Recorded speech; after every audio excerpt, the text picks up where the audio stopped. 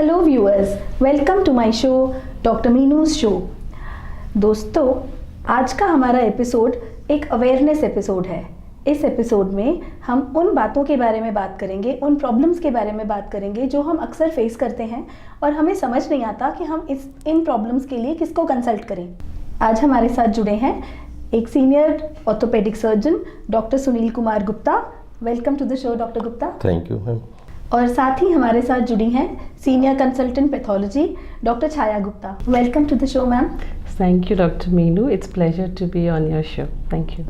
तो डॉक्टर गुप्ता, सबसे पहले आपसे स्टार्ट करते हैं। सबसे पहले तो मैं चाहूँगी आप मेरे व्यूअर्स को कुछ उन प्रॉब्लम्स के बारे में बताएं जो सबसे ज़्यादा आजकल लोग फेस कर रहे हैं। तो आपके पास किन प्रॉब्लम्स को लेकर आजकल सबसे ज़्यादा पेशेंट आते हैं? जब से कोविड ओवर हुआ तब से बहुत सारे पेशेंट्स मोस्टली बॉडी एक सर्वाइकल को लेके, लो बैक एक को लेके और नी ऑस्टियोआर्थराइटिस को लेके काफ़ी पेशेंट्स आ रहे हैं। और यंगस्टर्स तो मोस्टली बॉडी एक को लेके बहुत आते हैं कि कभी हाथ में दर्द है, कभी पैर में दर्द है, कभी कमर में दर्द है। तो मोस्टली ऐसा लगता है कि जैसे बहुत सारी चीज़ों में विटामिन्स, कैल्शियम्स बहुत कम हो रहे हैं, जो पेशेंट्स को पता भी नहीं चलता और बाद में सिम्टम्स आने के बाद ही पता लगता है कि उनको किस तरह से प्रॉब्लम्स हो रही है।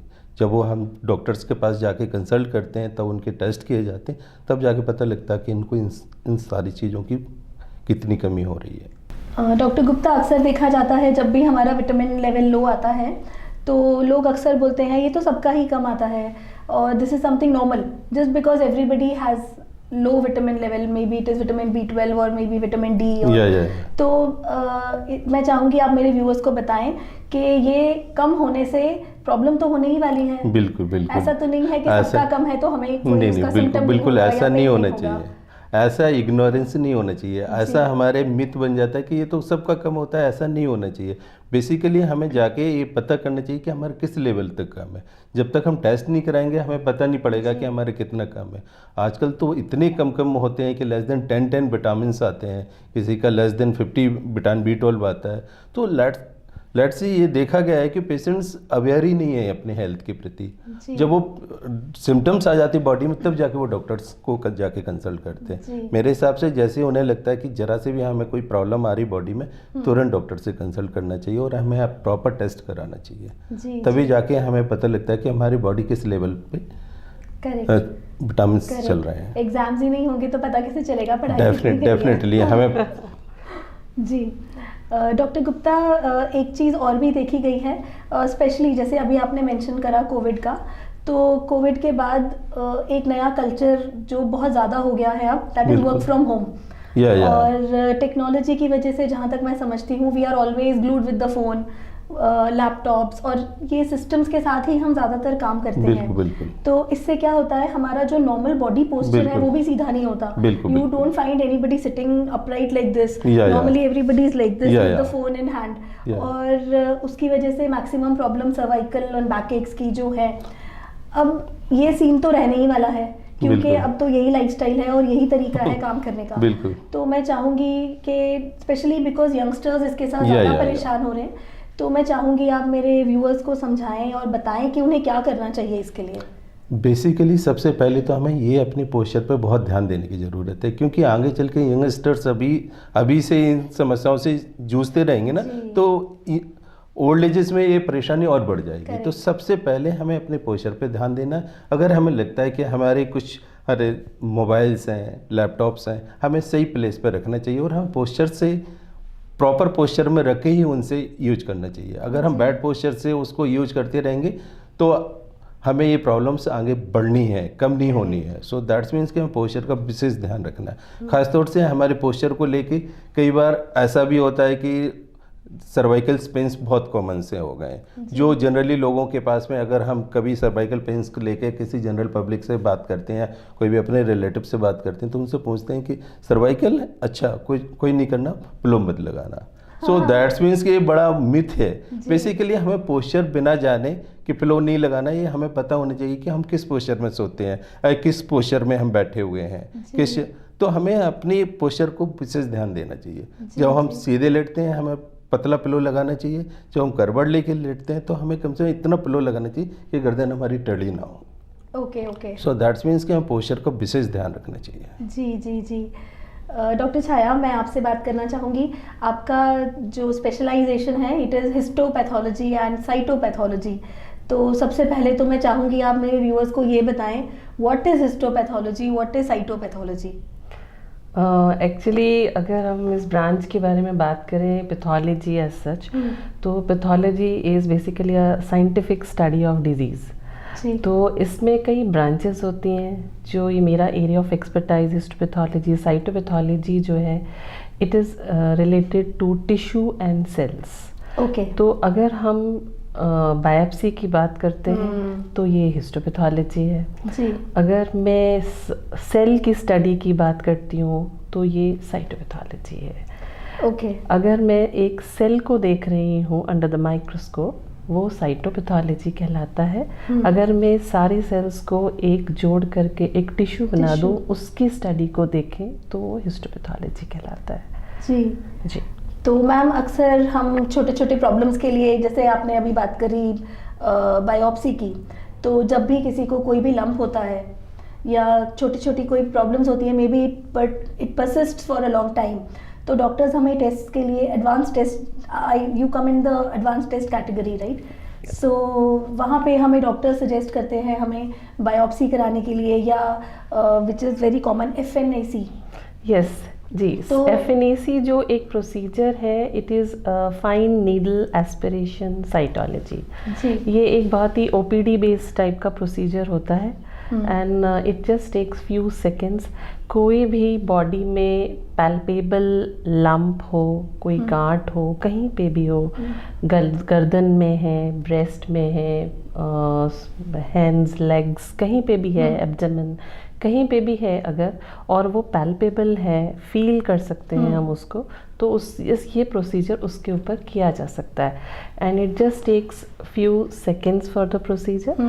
बहुत ही मतलब I won't say painless, but yes जो पेन होता है वो बियरेबल होता है। इट इज़ जस्ट लाइक कि आप अपना एक सैम्पल, ब्लड सैम्पल जब आप निकलवाते हो और उसको टेस्ट के लिए देते हो, तो उतना ही एक दर्द, that is just a needle prick pain. yes, तो similar type of pain is there in FNAC also. Okay. yes. तो मैम लेकिन नॉर्मली जब भी ऐसा कोई टेस्ट हमें कराने के लिए कोई बोलता है तो we always try to postpone it, या हमें लगता है कि नहीं नहीं हमें ज़रूरत नहीं है, या आई थिंक सबसे पहले तो हम डर जाते हैं बहुत ज़्यादा।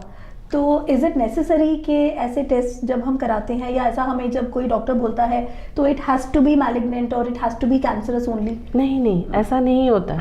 ऐसा नहीं होता। कई बार हमें जस्ट कोल्ड कॉफ भी होता है तो हम कितनी बार में देखते हैं कि हमें लिम्फ नोड्स हो जाते हैं गले में जी। तो वो लिम्फ नोड, ये सिर्फ एक प्रिकॉशनरी तरीके से उस लिम्फ नोड्स की FNAC भी हो जाती है। तो जब ऐसे केसेस जो होते हैं वो रिएक्टिव निकल आते हैं, it's just a reactive process जिसकी वजह से ये गांठें आ गई हैं। ऐसा नहीं है कि गांठ है तो वो मैलिग्नेंट ही होगा, वो इन्फेक्शन भी हो सकता है, इन्फ्लेमेशन भी हो सकता है, बेनाइन भी हो सकता है। तो ये किसी भी तरह की चीज़ हो सकती है, पर उस एक छोटा सा ये जो एक मैंने प्रोसीजर आपको मेंशन किया जिसे मैं FNAC कहती हूँ, इस के थ्रू आपको क्लैरिटी आ जाती है कि हम किस तरह की चीज़ से डील कर रहे हैं। ओके जी। तो आजकल ये एक छोटा प्रोसीजर है जो हम जिसे करते हैं, पर इसकी नई टेक्निक्स भी आ गई हैं जिसको EUS गाइडेड FNAC बोलते हैं, EBUS गाइडेड FNACs बोलते हैं, जो कि हम नहीं करते हैं, हमारे कलीग्स हैं जो गैस्ट्रोएंट्रोलॉजिस्ट हैं या पल्मोनरी मेडिसिन के लोग हैं, वो करते हैं। It is just like an ultrasound guidance के अंदर आपने उस FNAC नामक प्रोसीजर को किया एंड इट इज़ फ्रॉम ऐसे एरियाज जिसे हम बाहर से फील नहीं कर सकते। मे बी कोई लिवर में, कोई लिवर में गांठ है, कोई पैनक्रियाज में गांठ है, या कोई मीडियस्टाइनल एरिया में कोई गांठ है, तो इन एरियाज तक पहुंचने के लिए एक गाइडेंस की ज़रूरत है। वो गाइडेंस अल्ट्रासाउंड गाइडेंस होती है और जो कि हमारे जो कलीग्स होते हैं डिफरेंट ब्रांचेस के, वो उस प्रोसीजर को करते हैं और हमारे पास में स्मीयर्स और मटेरियल्स को भिजवाते हैं। Okay. So from that also we diagnose कि ये क्या है, क्या ये टीबी है, क्या ये जस्ट एक इन्फ्लेमेशन है, क्या ये रिएक्टिव प्रोसेस है, या we don't have to worry कुछ बेनाइन चल रहा है। Okay okay. या फिर ये मैलिग्नेंसी है। मैम जैसा आपने बताया कि हमें डॉक्टर के पास जाकर जैसे वो गाइड करते हैं, हमें टेस्ट करवाना चाहिए और वरी नहीं करना चाहिए, बट देर आर केसेस, मैं डॉक्टर सुनील आपसे, डॉक्टर गुप्ता आपसे बात करना चाहूँगी। देर आर केसेस जैसे आपने अभी बताया सर्वाइकल का, तो जस्ट यूजिंग अ पिलो और may be using it the right way is one thing, but there are definitely cases जहाँ पे the problem is actually worrisome, और जहाँ patient को अपना rigidness छोड़कर he should actually go and seek the doctor's help। बिल्कुल बिल्कुल। तो मैं चाहूँगी जब हम, जैसे हम अभी सर्वाइकल की बात कर रहे थे, तो मैं चाहूँगी आप सर्वाइकल के बारे में ही बताएं कि कब, when is the problem actually serious and when should the patient actually go and seek the doctor and not keep on trying his own things।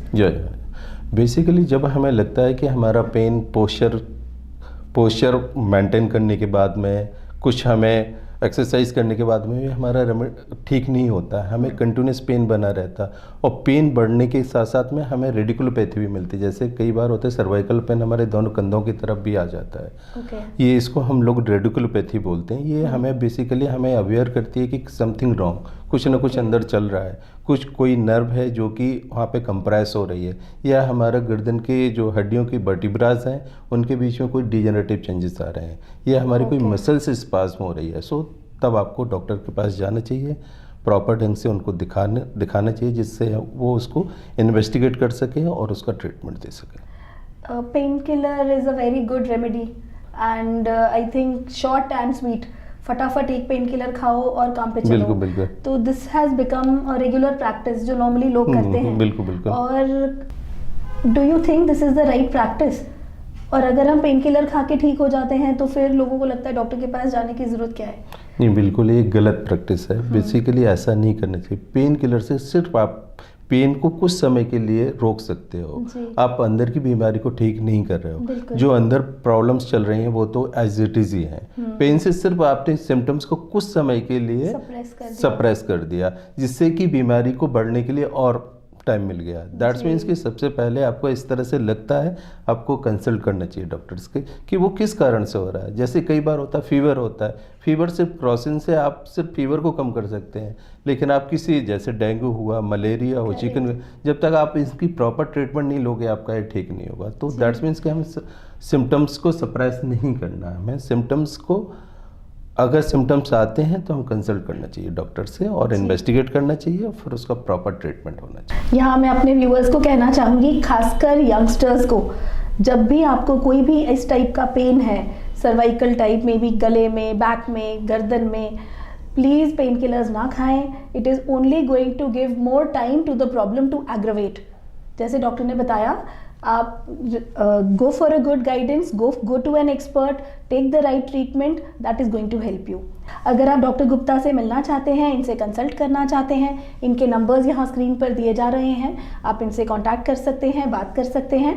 Doctor छाया, अभी आपने जिक्र किया था स्क्रीनिंग का, और अक्सर सुनने में आता है अगर हमारी फैमिली हिस्ट्री में किसी को भी कैंसर हुआ है तो इट इज़ ऑलवेज गुड कि हम 3 साल में एक बार स्क्रीनिंग कराएं। तो वो टेस्ट भी आप करते हैं, और मैं चाहूँगी उसके बारे में आप मेरे व्यूअर्स को थोड़ा सा क्लियर करें, क्योंकि इसके बहुत सारे मिथ्स हैं लोगों को, और अक्सर लोग स्क्रीनिंग से डरते भी हैं। देखिए, अगर हम देखें कि वर्ल्ड में सबसे ज़्यादा कैंसर कौन सा कॉमन है, तो फीमेल्स में ब्रेस्ट कैंसर सबसे ऊपर आता है। तो और भी आगे आते हैं, कोलोरेक्टल कैंसर्स आते हैं, लंग कैंसर आते हैं, सर्वाइकल कैंसर्स आते हैं। पर 2 एरियाज़ ऐसे हैं जहाँ पे स्क्रीनिंग के थ्रू आप उनको जल्दी से जल्दी पकड़ सकते हो। जी। अगर हम बात करें ब्रेस्ट कैंसर्स के बारे में, तो इसमें जो सबसे बड़ी चीज़ आती है वो है अवेयरनेस ऑफ द पर्सन। वो लेडी खुद जो है उनको अपना सेल्फ एग्जामिनेशन जो होता है, that is first most important thing कि हमें अवेयर होना चाहिए. We should always palpate ourselves. हमें खुद अपने आप को देखते रहना चाहिए कि कहीं कोई ऐसी चीज़ तो नहीं डेवलप हो रही, कोई गांठ तो नहीं है, कोई डिम्पलिंग तो नहीं है स्किन के ऊपर, कोई रेडनेस तो नहीं है स्किन के ऊपर, कोई रिट्रैक्शन तो नहीं है निप्पल एंड एरियोलर एरिया का.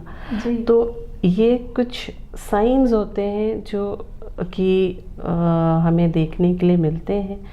तो इन सब चीज़ों के लिए अवेयरनेस सबसे पहली चीज़ है. तो दिस इज़ सेल्फ एग्जामिनेशन जी, सबसे पहली चीज़. दूसरी चीज़ ये है कि अगर आपको कुछ इस तरह की चीज़, कोई लंप या कुछ चीज़ भी पता चलता है तो you should go and see your doctor first. एक मैमोग्राफी होती है. मैमोग्राफी भी as a part of screening procedure use किया जाता है इसके लिए. जैसे ही आप अपने डॉक्टर के पास जाते हैं, वो लंप को देखते हैं, वो मैमोग्राफी की एक ग्रेडिंग होती है. उन दोनों को देख कर के आप एक अंदाज़ा लगाते हो कि ये क्या चीज़ हो सकता है. उसके बाद में फिर हमारा वही स्पेशल प्रोसीजर कह लीजिए या बेसिक प्रोसीजर कह लीजिए, FNEC comes into picture. Okay. तो आप उसकी फिर FNEC की जाती है और उसके थ्रू आप आगे बढ़ते हैं जी. एक और एरिया है सर्वाइकल स्क्रीनिंग की बात करूँगी मैं. सर्वाइकल कैंसर्स के लिए स्क्रीनिंग होती है पैप स्मीयर्स के थ्रू. जो कि हमारे जो गायनेकोलॉजिस्ट फ्रेंड्स होते हैं वो इस सैंपल को कलेक्ट करते हैं और उसको लैब में टेस्टिंग के लिए भिजवाते हैं. तो एक रिकमेंडेशन होती है कि ये एवरी 3 years पे पैप स्मीयर की टेस्टिंग करवानी चाहिए. और अगर इसको HPV टेस्टिंग के साथ में अगर जोड़ दिया जाए तो वो स्क्रीनिंग टाइम थोड़ा सा बढ़ जाता है, 5 years पे करवाना चाहिए. अगर ये कंबाइंड मोडालिटी की तरह यूज़ करते हैं तो. Is this test painful? No, it is not a painful procedure. एक छोटा सा ब्रश होता है जिस ब्रश के थ्रू गायनेकोलॉजिस्ट जो हैं सैंपल कलेक्ट करते हैं फ्रॉम द डिज़ायर्ड एरिया और उस सैंपल को टेस्टिंग के लिए भेज दिया जाता है. Same sample can be used for doing pap smear as well as for HPV testing. All right. तो एक ही सैंपल से दोनों चीज़ें हो जाती हैं. और इसके थ्रू ये होता है कि हम जो पैप स्मीयर्स होते हैं वो सर्वाइकल कैंसर्स को प्रिकर्सर लीजन यानी कि एकदम अर्ली स्टेज में पकड़ने का काम करते हैं. अगर है किसी को, अगर प्रिकर्सर लीजन है किसी को, तो वो सेल्स जो हैं वो दिख जाते हैं पैप स्मीयर्स में और इसके थ्रू हम पेशेंट को फॉलो कर सकते हैं. उसका फर्दर बायोप्सी ले सकते हैं कि इस और आगे जो भी आगे रिक्वायरमेंट होती है वो चीज़ किया जा सकता है. बहुत ही इंफॉर्मेटिव रहा. मैम से अगर आप कनेक्ट करना चाहते हैं, डॉक्टर छाया गुप्ता से कुछ भी आपकी क्वेरी है, आप इनसे बात कर सकते हैं. इनके नंबर्स यहाँ स्क्रीन पर दिए जा रहे हैं. और एक और चीज़ मैं व्यूअर्स को कहना चाहूँगी खास, जब भी कोई टेस्ट करवाने हो प्लीज़ ना घबराएं. अभी मैम ने बताया ये टेस्ट बहुत सिंपल हैं, पेनलेस हैं और बहुत इजी हैं. और अगर ये हम टाइम से कराते हैं तो हम बहुत सारी प्रॉब्लम्स को रोक सकते हैं जो हमारे ही लिए आगे चलकर बहुत बड़ी प्रॉब्लम क्रिएट कर सकते हैं हमें. डॉक्टर गुप्ता, एक बहुत कॉमन प्रॉब्लम आजकल जॉइंट पेन की जो मैंने देखी है, नी प्रॉब्लम्स, और आजकल ये बच्चों में भी होने लगी हैं. Earlier it was just the old age कि ओल्ड एज में जाकर knee joint wear and tear, knee replacement और ये सारी प्रॉब्लम्स ओल्ड एज में लोगों को होती थी. आजकल ये यंगस्टर्स को भी होने लगी हैं. तो अब डेफिनेटली ओल्ड एज में तो जाकर उनको नी रिप्लेसमेंट और वो सब चीज़ों की ज़रूरत पड़ती होगी, but definitely I don't think youngsters will go for that kind of treatment. So what is the treatment for knee problems? Basically जो भी आजकल नी प्रॉब्लम्स हो रही हैं जैसे यंगस्टर्स में है ना, ये विटामिन्स कैल्शियम्स को लेके बहुत ज़्यादा हो रहा है. क्योंकि हमारे बैलेंस डाइट ना होने के कारण हम सिर्फ प्रोटीन्स पे ज़्यादा ध्यान देते हैं. जो जिमर्स बॉयज़ होते हैं, हाँ, बॉडी बिल्डिंग, सिर्फ हमें प्रोटीन्स. जो भी वहाँ के इंस्ट्रक्टर्स होते हैं वो भी प्रोटीन्स पे। तो मेरे हिसाब से हमें बैलेंस डाइट लेना चाहिए, हमें प्रॉपर कैल्शियम भी लेना चाहिए, विटामिन भी लेना चाहिए, कार्बोहाइड्रेट भी लेना चाहिए। हमें एक ही चीज़ को वो नहीं लेना चाहिए, जिसकी वजह से हमारे कई बार होता है ज़्यादा प्रोटीन लेने से हमारे यूरिक एसिड भी बढ़ जाते हैं, जिसकी वजह से भी नी प्रॉब्लम्स हो जाती हैं, कैल्शियम कम होने के कारण भी हो जाते हैं, कभी विटामिन के कम होने के कारण हो जाते हैं। तो हमें उसका ध्यान रखना चाहिए। और नी प्रॉब्लम्स ओल्ड एजेस में बहुत कॉमन हो गया है। ओल्ड एजेस में जैसे हम 60 होते हैं, 50 क्रॉस करते हैं, हमें नी प्रॉब्लम्स हो जाती है। उनकी हमें ग्रेडिंग पर डिपेंड करता है कि हमें क्या करना है। मोस्टली 90% केसेस में अगर हमने प्रॉपर ढंग से उसको लिया गया है, प्रॉपर एक्सरसाइज किए, प्रॉपर प्रिकॉशंस लिए हैं, तो हम उन्हें कंजर्वेटिवली ट्रीट कर सकते हैं। जिनमें प्रॉब्लम्स एडवांस स्टेजेस में हो जाती है उनमें फिर हम सर्जिकल इंटरवेंशंस करते हैं, लाइक दैट के नी रिप्लेसमेंट। जी, तो डॉक्टर गुप्ता क्या सजेस्ट करेंगे आप यंगस्टर्स को जिनको ये प्रॉब्लम्स हो रही हैं? और ठीक है, taking care of their diet is one thing, apart from that आप क्या सजेस्ट करेंगे? और मैं यंगस्टर्स को बताना चाहूँगा, बेसिकली हमें बैलेंस डाइट लेना चाहिए और हमें रेगुलर एक्सरसाइज करना चाहिए और पोस्चर का हमें विशेष ध्यान देना चाहिए कि हमें बैड पोस्चर्स अवॉइड करना चाहिए और रेगुलर एक्सरसाइज करना चाहिए। डॉक्टर गुप्ता, आपने अभी बात करी जिम की, और जिम में एक चीज़ बहुत और भी कॉमन है apart from protein, that is weight lifting. तो जो प्रोटीन एक्सेस कंज्यूम करते हैं वो साथ साथ वेट लिफ्टिंग भी करते हैं, एंड वेट लिफ्टिंग के बाद वो आते हैं बैक एक्स को लेकर। बिल्कुल बिल्कुल। तो उसके बारे में भी मैं चाहूँगी आप मेरे व्यूअर्स को कुछ राय दीजिए। आजकल ये बहुत कॉमन हो गया है कि वेट लिफ्टिंग के बाद में लो वे किक होना बहुत कॉमन सी प्रॉब्लम हो गई। बेसिकली हमें पता ही नहीं होता है कि हमारी बॉडी कितना वेट उठा सकती, कितना कर सकते। हम सिर्फ एक ही चीज़ पे ध्यान देते हैं, सामने वाले कॉम्पिटिटर पे, कि वो उसने ज़्यादा उठाया, मैं कम कैसे कर सकता हूँ। कुछ वाइब भी ऐसा होता है, वो बेसिकली इन्वायरमेंट्स बन जाता है। सो दैट्स मीन, और इसमें सबसे ज़्यादा प्रॉब्लम्स होती है डिस्क प्रॉब्लम्स। जब हम वेट लिफ्ट करते हैं हमें बैक सपोर्ट नहीं होता और हमें डिस्क प्रॉब्लम बहुत कॉमन सी हो गई। डिस्क प्रॉब्लम में खास तौर से हमारे L4, L5, L5 एस्पेन, ये एक कॉमन एरिया होते हैं जहाँ पे हमारे डिस्क को सबसे ज़्यादा इंजर्ड होती है। और एक बार इंजर्ड होने के बाद में ये हमें लाइफ टाइम परेशान करती रहती है। अगर हमने प्रॉपर ढंग से इसको प्रॉपर ट्रीट नहीं किया, प्रॉपर प्रिकॉशंस नहीं लिए हैं, वो हमें बहुत ध्यान रखना होता है। तो हमें व्यूअर्स को यही है कि हमें जब भी कुछ वेट लिफ्टिंग करनी, कुछ करनी है, तो ये प्रॉपर ढंग से होना चाहिए और प्रॉपर इंस्ट्रक्शंस से होना चाहिए और बैक सपोर्ट के साथ होना चाहिए।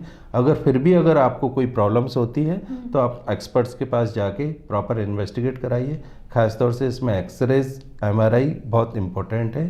दैट्स वाइज कि हमें पता लगता है कि हमारी बोन्स का क्या स्ट्रक्चर्स, क्या प्रॉब्लम कहाँ पे, बिल्कुल बिल्कुल क्या प्रॉब्लम्स हैं और हमारी क्या डिस्क की प्रॉब्लम्स हैं, वो हमें MRI से क्लियर होती है। ओके।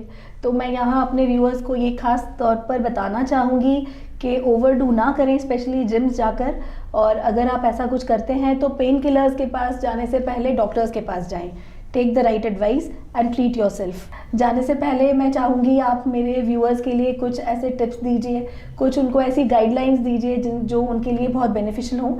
तो पहले डॉक्टर गुप्ता आप बताएं। हमें सबसे पहले अपना पोस्चर का ध्यान रखना है। पोस्चर के लिए हमें आजकल इतने अच्छे अच्छे गैजेट्स मार्केट में आ गए हैं जिनको हम यूज कर सकते हैं। जैसे मोबाइल फ़ोन स्टैंड्स आ गए हैं, स्क्रीन्स आ गई हैं, जिन्हें हम सामने रख के अपने पोस्चर को ठीक करके हम उनको यूज कर सकते हैं। क्योंकि अब आगे चल के इन सब का यूज होना है, बिल्कुल होना है और हमें उसके साथ रहना है। तो हमें अपने पोस्चर को भी ध्यान रखना है और इनका यूज करना है। दैट्स मीन्स कि हमें आगे चल के प्रॉब्लम्स क्रिएट ना हो। डॉक्टर छाया, आप भी कुछ बताइए मेरे व्यूअर्स के लिए, something that can help them. इस प्लेटफॉर्म पे व्यूअर्स से मैं ये कहना चाहूँगी कि कोई भी तरीके का लंप या कोई भी चीज़ अगर वो देखते हैं तो they should not ignore it, they should consult their doctor and they should undergo small procedure of FNAC, या फिर they should also go for other screening test जो कि अवेलेबल हैं डिफरेंट कैंसर स्क्रीनिंग प्रोग्राम्स के तहत। तो इन सब चीज़ों का उनको ध्यान रखना चाहिए। Thank you doctor Gupta, thank you doctor Chhaya, it was wonderful to have you here. और जाने से पहले मैं भी कुछ कहना चाहूँगी अपने व्यूअर्स से। जो आज के हमारे एपिसोड का थीम रहा, डोंट इग्नोर योर बॉडी। हमारी बॉडी हमें सबसे पहले सिम्टम्स देती है, वो खुद ही बताती है कब भूख लगी, कब वॉशरूम जाना है, इसी तरीके से कब कहाँ प्रॉब्लम है, हम सिर्फ इग्नोर करते हैं। अगर हम अवेयर रहें और उसका ध्यान दें, हमारी बॉडी, अपनी बॉडी की भी बात सुने, तो हम बहुत सी प्रॉब्लम्स को रोक सकते हैं। जुड़े रहिए दोस्तों, अगले एपिसोड में फिर मिलेंगे। Thank you.